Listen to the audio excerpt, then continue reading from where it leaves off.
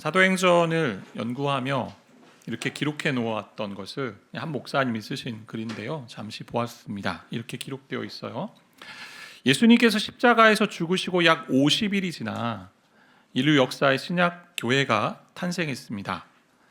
예루살렘에서 소수의 평범한 사람들로 시작한 이 신흥 교회 운동은 유대인과 로마 제국의 극렬한 탄압 속에서도 폭발적으로 그리고 꾸준히 성장하여 결국 4세기에는 로마 제국 콘스탄틴 황제의 공인을 받고 4세기 말에는 로마 제국의 국교가 됩니다. 인류 역사에서 이렇게 생명력이 끊어지지 않고 들불같이 번져간 운동이 있습니까? 그것도 박해와 탄압 속에서 말입니다. 도대체 우리는 이 현상을 어떻게 이해하고 어떻게 설명할 수 있습니까? 질문은 또 있습니다. 오늘날의 기독교는 왜 그토록 제자리 걸음도 모자라서 뒷걸음질을 치는 것일까요? 무엇이 잘못된 것일까요? 이 부분에 대한 대답이 사도행전에 있다는 거죠.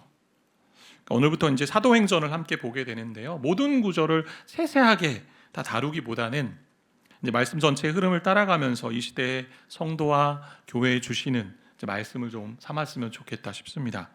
사도행전은 교회가 세워지면서 교회의 초기 30년 역사를 좀 다루고 있는데요. 그래서 교회 공동체의 시작과 더불어 확장을 보여주는 이야기가 사도행전에 있습니다.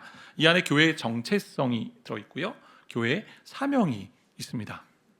그러니까 성도들이 신앙생활하면서 알아야 될 여러 가지 주제가 있지만 그 중에 정말 중요한 주제 중에 하나는 교회입니다. 교회가 어떤 곳인지, 교회는 무엇을 하는 곳인지, 교회에 대한 생각과 교회에 대한 정체성에 따라 신앙생활이 좀 달라지는 것 같아요. 그래서 교회가 어떻게 존재해야 하며 또 어떠한 사명으로 나아가야 하는지 다시금 생각해보는 시간으로 좀 삼았으면 좋을 것 같아요. 먼저 사도행전이 어떻게 시작되는지 잠시 살펴보는 것이 좀 도움이 될 것 같은데요. 1절에 보면 내가 먼저 쓴 글은 이라는 표현이 담겨 있습니다. 내가 먼저 쓴 글이란 얘기는 누가복음을 말하고 있는 거예요. 그래서 사도행전은 누가가 쓴 책이에요. 누가는 바울의 동역자였고요. 그리고 사랑받는 의사라고 성경에는 기록하고 있습니다. 비록 사도행전에서는 누가가 썼다라는 그런 기록을 본인이 스스로 밝히진 않아요. 그러나 1세기, 2세기 교회를 보면 그 교회는 누가복음을 쓴 저자인 누가가 사도행전의 저자라는 사실을 믿고 또 받아들이고 있고요. 또 오늘까지 그렇게 이르게 되었습니다. 사도행전은 누가가 데오빌로에게 쓴 글로 시작하잖아요. 가장 먼저 이름이 나오죠. 데오빌로. 이름의 뜻은 하나님의 사랑을 받는 자라는 의미인데요. 그가 실존 인물인지 아니면 가상의 인물인지는 명확하진 않아요. 그럼에도 데오빌로를 누가복음에 보면 각하라는 존칭어를 쓰거든요. 그렇다는 얘기는 실존 인물로 보인다는 거고요. 그 각하라는 호칭을 통해 볼 때 로마 사회에서 높은 신분의 사람이었다라는 것을 알 수 있어요. 그런데 이 사람에게 왜 누가복음과 사도행전을 전하냐면 박해가 있는 상황 속에서 그의 믿음이 흔들릴 수 있긴 있으니까 그의 믿음을 견고하게 해주고 싶어서, 붙들어주고 싶어서 쓴 기록으로 보여요. 그래서 사도행전은 누가복음의 후속편이죠.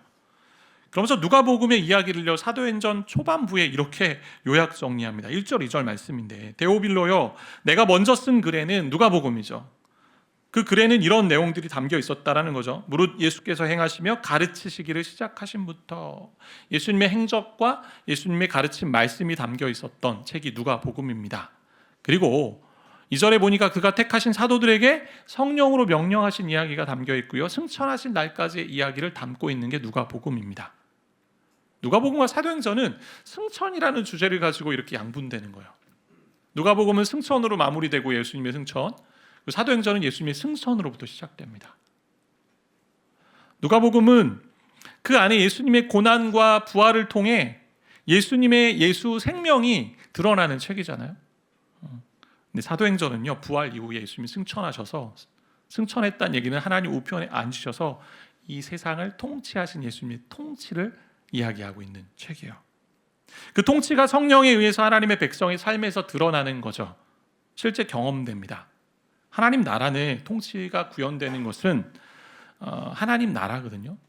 그러니까 하나님의 통치가 구현되는 게 하나님 나라예요. 우리는 세상의 나라를 생각할 때 어떤 지역적인 개념, 장소적인 개념을 많이 떠올리지만 하나님 나라는요, 장소와 지역의 개념이 아니라 통치의 개념이요. 승천했다는 얘기는 하나님 우편에서 온 세상을 다스리시는 권한을 완벽하게 이제 가지게 되셨다라는 거잖아요.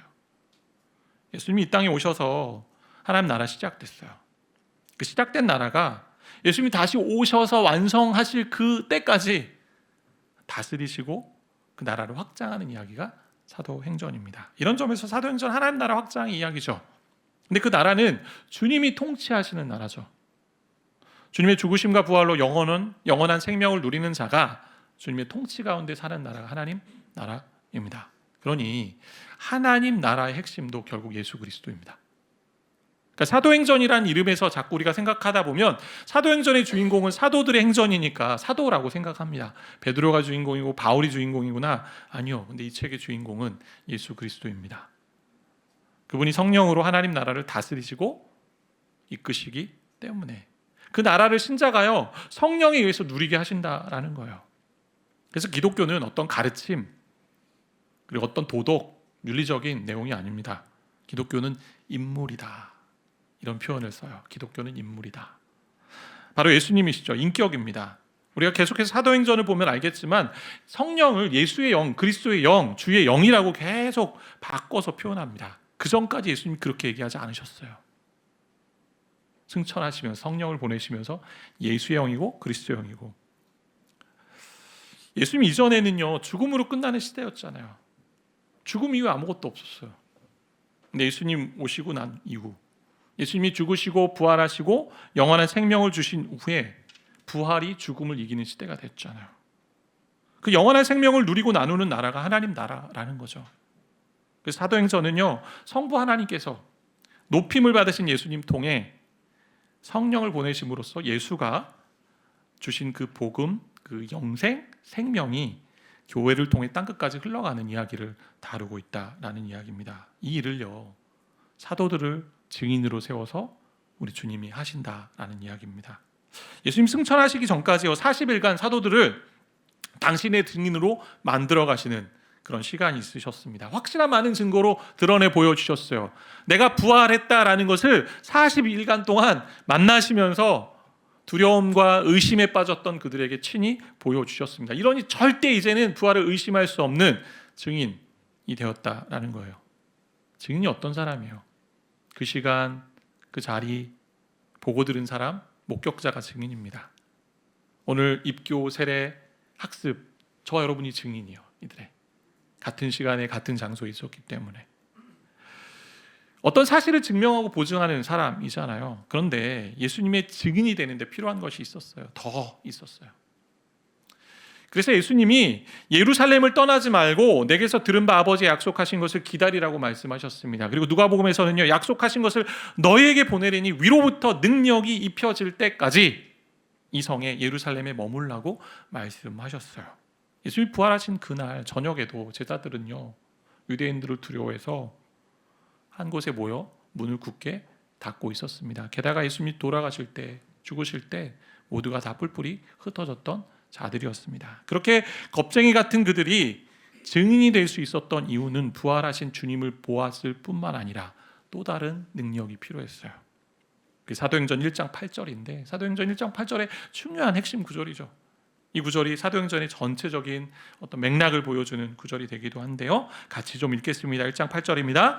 오직 성령이 너에게 임하시면 너희가 권능을 받고 예루살렘과 온 유대와 사마리아와 땅끝까지 이르러 내 증인이 되리라 하시니라. 증인을 증인되게 하시는 능력이 성령의 권능이었습니다. 1세기 박해 가운데 내가 그리스도인입니다 라고 전하는 것은요, 목숨을 내어놓고 얘기하는 고백이었어요. 죽을지도 모르는 그 상황 가운데. 근데 그렇게 용기 있게 증명할 수 있고 증거할 수 있는 능력이 성령의 권능이었다라는 거죠. 어떤 사람은 기질적으로 용기가 있기 때문에 용감해서 뭐 증인된다, 그럴 수 없습니다. 죽음의 상황 앞에서는요, 모두가 다 쉽게 고백할 수 없다라는 거죠. 그래서 위로부터 임하는 능력이 필요했습니다. 이 위로부터 능력이 임하는 것을요, 성령으로 세례받는 모습으로 이야기하잖아요. 요한의 물 세례를 보면 다 강가에 가서 잠겼다가 다시 이렇게 일어나는데, 죄인이 물에 잠겼듯이 성령으로 세례받는다는 얘기는 이제 사도들이 성령으로 잠겨야 된다, 사로잡혀야 된다, 다시 말하면 성령으로 충만해져야 된다라는 이야기하는 거예요. 그렇게 성령이 임하면요, 성령은 생명의 영이기 때문에 생명이 임하고 생명이 흘러갑니다. 살 힘이 생겨요. 그리고 역사가 나타나죠. 예수님이 하신 말씀을 보면요, 성령은 여러 역할을 했죠. 위로자로 나타났습니다. 보혜사 성령이라고 했기 때문에 우리가 상한 마음이 있고 어려움이 있을 때 우리를 위로해요, 곁에서. 그리고 진리의 영이시죠. 예수님이 하신 말씀을 깨닫게 하시고 생각나게 하십니다. 그렇게 예수를 알게 하셔서 예수의 영이 없으면 그리스도의 사람이 아니다라는 그 말씀대로 예수를 믿고 예수를 구주로 고백하게 하시는 거죠. 오늘 함께 우리 세례자들, 또 세례자 입교 학습자들이 고백했던 것처럼 성령이 그렇게 고백하게 하시는 거예요. 하나님의 임재와 능력이 되시는 거죠. 사도들이 복음을 전할 수 있도록, 증인될 수 있도록 도우시는 힘이에요. 그리고 하나님의 통치가 백성들의 삶에 실제적으로 나타나게 하는 영이 성령이십니다. 그런 권능이요, 사도행전에 잘 펼쳐져 있죠. 우리가 아는 것처럼 겁쟁이였던 제자들을, 사도들을요, 담대한 복음의 증거자로 변화시켜 놓았어요. 그런데 그 성령의 권능은요, 세상의 힘과 좀 달라요. 관점이 다르죠. 세상의 힘은요, 어떻습니까? 자기를 위해서 사용하기 위해 힘을 자꾸 모으고요, 힘을 씁니다. 철저히 이기적인 목적을 가지고 사용하죠. 근데 성령의 권능은 이기적인 목적이 아니라 철저히 공동체를 위해서, 영혼을 위해서, 이웃을 위해서 행사하는 능력입니다. 그런 능력들이 사도행전에 나타나죠. 공동체가 세워져요. 새로운 공동체가 세워지고요, 생명력 있는 공동체를 만들게 되고요, 환대하고 서로 유무상통하고 돌아보고 필요에 따라 섬기게 됩니다. 그러니 그 안에 놀라운 기적과 이사도 나타납니다.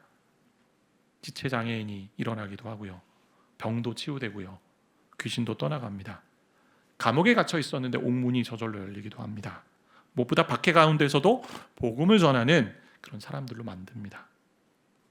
이 헬라어로 증인이라는 이 단어는 이런 뜻을 가지고 있어요. 자신의 믿음을 위해 죽는 사람, 자신의 믿고 또 자신이 고백하는 바를 위해 죽을 수 있는 사람. 그래서 증인으로 우리가 선서할 때, 서약할 때 그 서약에 담겨 있는 얘기는, 이 내가 증인으로 이야기하는 이 고백이 틀리면 내가 모든 것을 책임지겠다라는 게 전제로 다 있는 거잖아요. 목숨을 담보하고 선서하는 거죠. 내 말에 책임을 진다는 거. 근데 이 증인이라는 단어가 순교자라는 새로운 뜻으로 사용돼요. 순교자라는 이 영어 단어가 이 헬라어의 단어에서 나왔거든요. 증인이라는 헬라어 단어에서. 그래서 권능은 고난과 어려움과 박해 속에도 믿음을 고백하는 힘을 준다라는 거예요. 어떤 상황에서도 부활의 증인으로 살게 하는 능력이다라는 겁니다. 우리 어제 섬김 감사하는 마음으로 이제 섬김데이, 설립 감사하는 마음으로 교회에 섬김데이로 많은 분들이 오셨고 또 많은 분들이 기도해 주셔서 잘 보냈는데요. 이제 플로깅을 하면서 지역사회를 섬기게 되었습니다. 만나고 사람들을 또 이렇게 인사하고 그러면서 작은 선물을 전해드렸는데, 사람들이 지나갈 때마다 잠시 멈춤을 해야 되는 거잖아요. 잠시만 좀 제 얘기 들어주세요, 선물을 좀 받아주세요. 근데 어떤 분들은 그거 안 받겠다고 하는 분도 계시고 그냥 지나쳐가는 분들도 계시고, 그래서 거정감을 느끼기도 하고 어려움도 있었지만 그런 용기 있게 만나며 전하는 시간들이었다라는 거죠. 이것이 성령이 주시는 힘이에요. 그런데 오늘날 우리에게 주시는 권능이 하나 더 있습니다. 정말 중요한 권능입니다. 증인은요, 그때 그 자리에 목격한 사람을 증인이라고 하잖아요. 근데 생각해 보세요. 저와 여러분이 예수님의 십자가 앞에 죽으실 때 있었습니까? 부활을 목격했습니까? 하늘나라로 올라가시는 것을 보았습니까? 눈으로, 육안으로? 전혀 그러지 못했습니다. 그러면 증인의 자격은 없습니다. 하지만 그런 우리를 증인되게 하시는 능력이 바로 성령의 권능이라는 거예요. 우리는 성령으로, 예수가 우리를 위해 십자가에 달리시고 부활하셔서 승천하셔서 지금도 우리를 위해 기도하고 계시고 다시 오실 그 분을 믿고 있다라는 거예요. 성령 때문에. 성령이 예수를 만나게 하셨습니다. 예수의 임재를 누리게 하는 영이 그래서 성령이고요, 예수와 교통하게 하는 영이 성령입니다. 세상 사람들이요, 열심히 성경을 읽어도 이해하지 못할 때가 있어요. 예수를 발견하지 못할 때가 있습니다. 그냥 윤리적인 가르침 정도만 생각할 수도 있습니다. 대표적으로 간디의 경우도 예수의 가르침은 잘 알고 있었습니다. 그러나 예수 믿는 사람은 되지 못했습니다. 성령이 눈과 마음을 열어 깨닫게 할 때 저와 여러분이 믿을 수 있는 거예요. 그러니 믿어진다라는 표현을 쓰는 거죠. 믿어진다.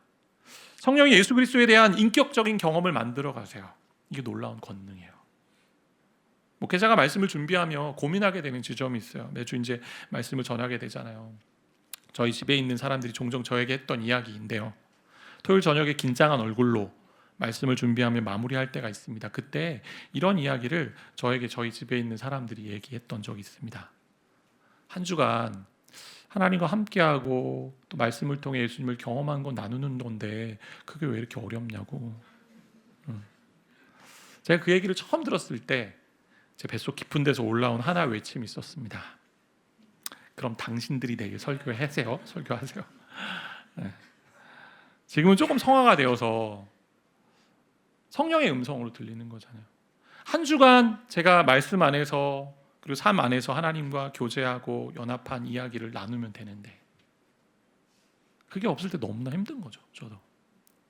그래서 날마다 은혜를 구하게 되는 거예요. 사도들에게 성령이 임하면 권능을 받고 증인이 된다라고 말씀하시는데 이 말은요, 이들도 예수와 만났던 경험이 있고요, 예수와 함께했죠. 부활도 목격했습니다. 근데 그때 만났던 그 경험 그리고 들었던 말씀을 다시 한번 성령으로 말미암아 재확인하고 재경험하게 된다라는 이야기예요.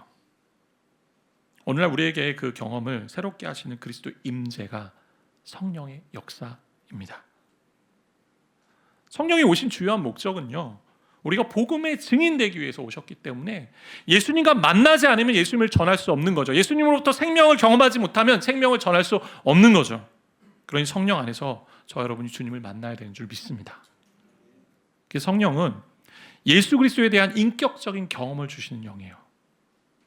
예수님 만나고 경험하는 것을 성령이 도우십니다.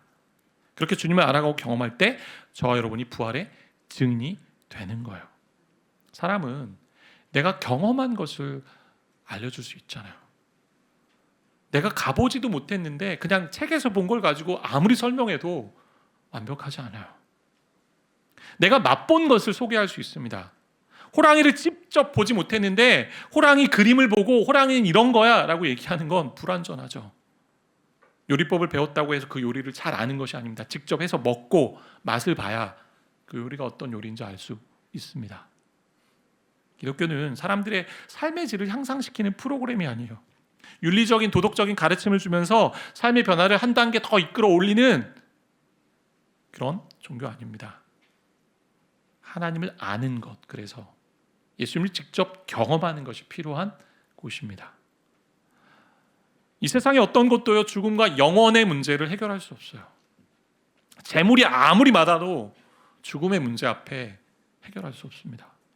영원의 문제 앞에 해결할 수 없습니다.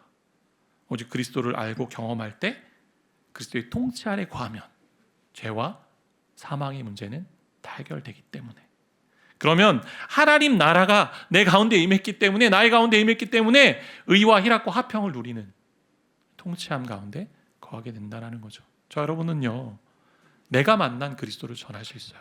앞서 우리 간증해 주셨던 우리 자매님처럼 내가 만난 그리스도가 있잖아요. 내가 만난 하나님이 있잖아요. 다른 사람이 만나고 부모님이 만난 그리스도를 전할 수는 없습니다. 내가 그리스도를 경험하고 있는가? 이 질문이 저와 여러분이 물어야 될 질문이에요. 그래서 앞서 말했던 것처럼 그리스도는요, 가르침 이전에, 윤리적인 어떤 교훈 이전에 인물입니다. 기독교는 인물이에요. 그리고 예수님입니다. 인격입니다. 이를 위해서 우리 주님이 약속하신 것을 기다리라고 말씀하셨어요. 왜냐하면 성령이 임해야만 그리스도를 경험할 수 있고요, 그분이 누구이신지 개인적으로 깨달아 알 수 있기 때문에. 그래서 제자들은요, 주님의 승천 이후에 말씀하신 대로 약속하신 것을 기다리라고 해서 예루살렘에 모여서 기다립니다. 근데 기다림은 아무것도 하지 않는 게 아니죠.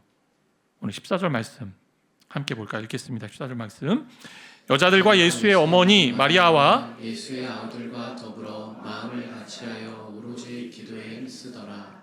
13절에는 11명의 이제 제자들의 이름이 기록되었고, 14절에는 여자들, 또 예수의 어머니, 예수의 형제들, 아우들 함께 모여서 더불어 마음을 같이하여 오로지 기도에 힘썼다고 되어 있어요. 주님이 말씀하신 것에 순종하는 거죠. 기다렸습니다. 약속하신 것을. 한 마음으로 서로 연합하며 기도했습니다. 그리고 끈기 있게 기도했습니다. 다시 말하면 기도밖에 한 일이 없다. 기도에만 몰두했다. 성령이 임하기를 갈망했다. 왜냐하면 성령이 권능을 주셔야 살아갈 수 있기에, 산 증인이 될 수 있기에. 제자들은 주님이 말씀하신 것을 기억했을 것입니다. 누가복음의 11장의 말씀에 보면 구하는 자에게 성령을 주시지 않겠느냐. 성령은요, 구하는 것과 비례되어 있어요.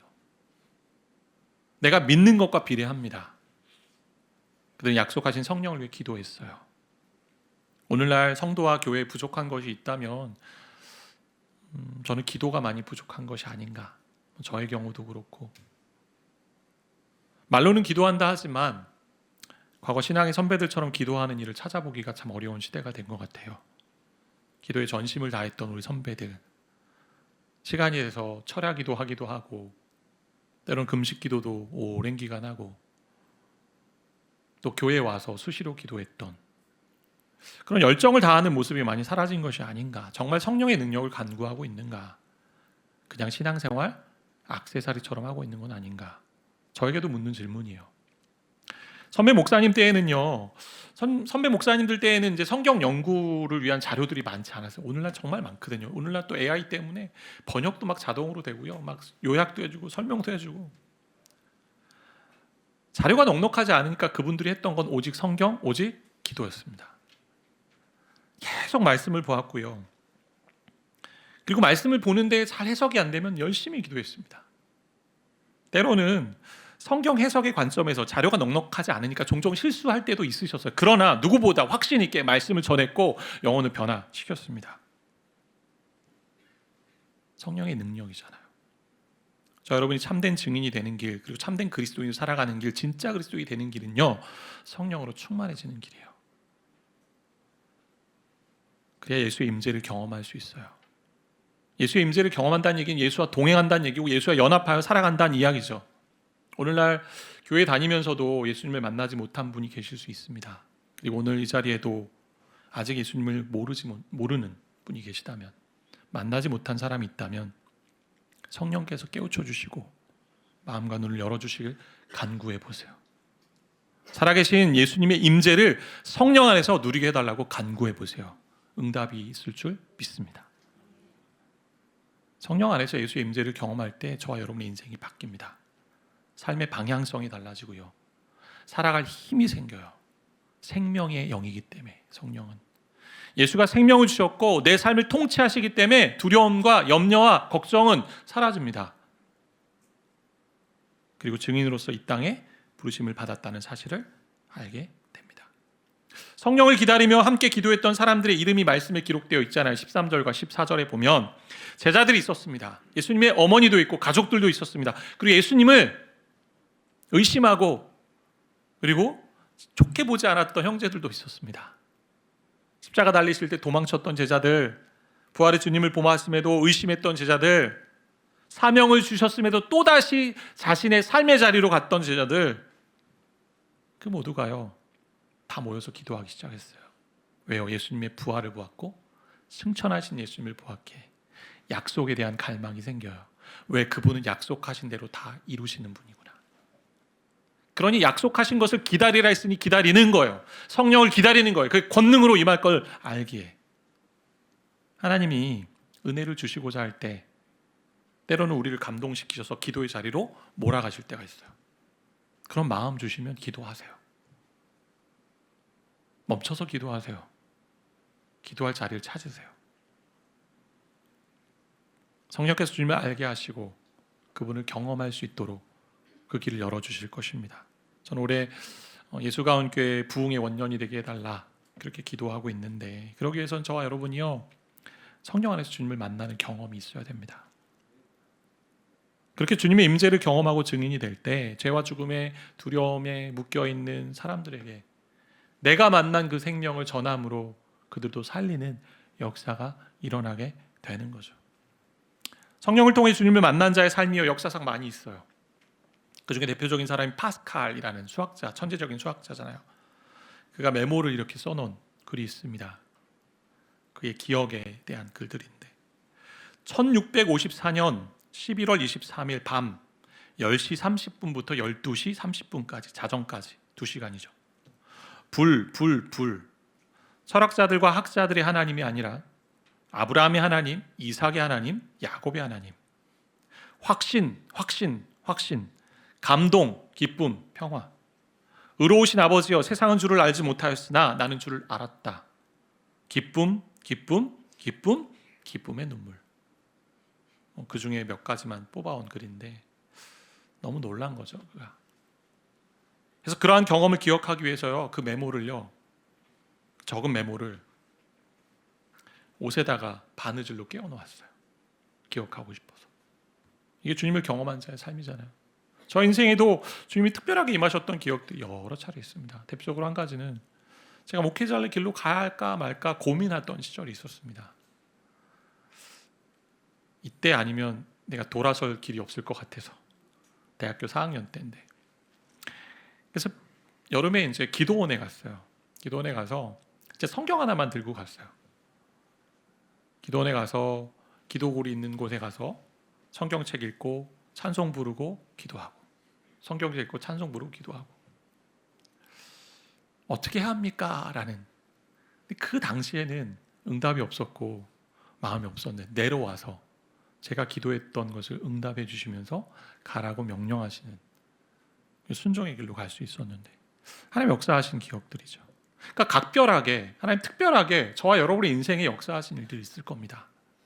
그런데 중요한 것은 그렇게 독특하고 특별한 경험도 필요합니다. 그러나 매일 일상에서 성령을 통해 만나고 있느냐가 더 중요합니다. 그러니까 유별난 성령의 역사를 소낙비와 같이 내리는 성령의 역사다라고, 그리고 일상의 성령의 역사를 보슬비와 같은 내리는 성령의 역사다라고 이렇게 구분하신 분이 있어요. 특별한 경험들이 있죠. 오늘 앞서 봤던 파스칼의 경험처럼 기억하고 날짜까지 시간까지 기억하는 그런 성령의 역사도 있고, 근데 매일 일상 가운데 보슬비처럼 내리는 성령의 역사가 있어요. 근데 더 중요한 것은 이 소낙비같이 내리는 그 성령의 경험은요, 있을 때도 있고 없을 때도 있고 계속 반복되지 않을 수도 있어요. 사도 바울도 보세요. 다메섹길에 갔던 예수님 만났던 경험은 한 번밖에 없어요. 그걸로 인생을 살아가지 않습니다. 매일매일 일상 가운데 주님과 교제하고 예수님을 경험하는 그 놀라운 성령의 역사로 살아간다라는 거예요. 그래서 저와 여러분이요, 매 순간 성령 안에서 주님의 임재를 경험하고 있느냐, 이를 위해 기도하고 있느냐, 성령을 갈망하고 있느냐가 중요하죠. 그래서 그 마음을 가지고 힘써 기도해야 된다라는 거예요. 인생이 고단하기 때문에 우리가 여러 가지 기도 제목을 가지고 나오잖아요. 질병의 문제, 가정의 문제, 취업의 문제, 사업의 문제, 경제적인 문제. 기도해야죠. 근데 중요한 것은 신앙인으로 살아간다면 성령의 권능을 받기 위해 기도하느냐입니다. 그래야 이 땅에서 하나님 나라 증인으로 살아갈 수 있어요. 내가 만나지 않았는데 만난 생명을 전할 수 없어요. 내가 생명을 경험하지 않았는데 생명을 나눌 수 없어요. 성령은 그리스도의 임재가 임한 성령으로 말미암아 생명을 경험하게 하는 영이에요. 그렇게 살 때 우리도 살고 주변도 살리는 역사가 있습니다. 말씀을 정리하겠습니다. 성령을 주시는 것은 하나님의 주권에 달려 있어요. 그런데 오늘 말씀에 보면 주신다고 약속하셨고 기다리라고 약속하셨기 때문에 말씀대로 간구하는 자에게 성령을 주신다고 확실히 이야기하셨기 때문에 간절함으로 몰두해서 기도할 때 성령이 주시는 예수의 임재를 누리고 예수가 임할 때 우리 삶에 예수의 통치가 임함으로 평안과 생명을 나누는 그런 복된 인생 되시기를 바라고 축복합니다.